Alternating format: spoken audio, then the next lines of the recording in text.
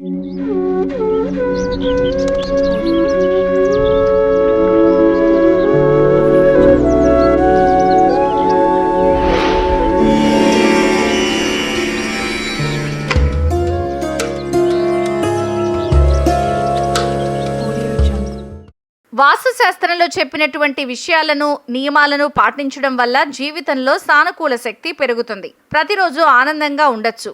అయితే వాస్తు ప్రకారం జేబులో కొన్ని వస్తువులు ఉండకూడదు. ఎప్పుడైతే ఇటువంటి చిన్న చిన్న విషయాలపై శ్రద్ధ చూపిస్తామో పెద్ద సమస్యల నుంచి బయటపడచ్చు. సహజంగా ఎన్నో వస్తువులు మనం జేబులో పెట్టుకుంటాం. అయితే ఎన్నో అశుభ ఫలితాలకు అవి దారితీస్తాయి, సంపదకు ఆటంకం అవుతాయి. మనం జేబులో పాత బిల్లులు, చిరిగిపోయిన నోట్లు, విజిటింగ్ కార్డులు ఇలా ఎన్నో ఉంచుతాం. వాటి వల్ల నెగటివ్ ఎనర్జీ. అలాగే అవసరమైన డాక్యుమెంట్లు ఒకే దగ్గర ఉండవు.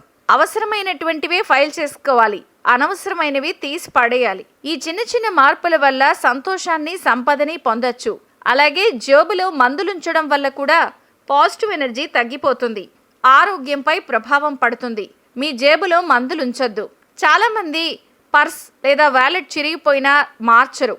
చిరిగిపోయిన పర్సును జేబులో ఉంచడం వల్ల నెగిటివ్ ఎనర్జీ, ఎన్నో ఆర్థిక సమస్యలు ఎదుర్కోవాలి. కొత్త పర్సులను ఉపయోగించి ఆర్థిక దృఢత్వం పొందాలి. వాస్తు ప్రకారం జేబులో ప్రతికూలతను చూపించే ఫోటోలు, చిత్రాలు, బొమ్మలు కూడా పెట్టుకోకండి.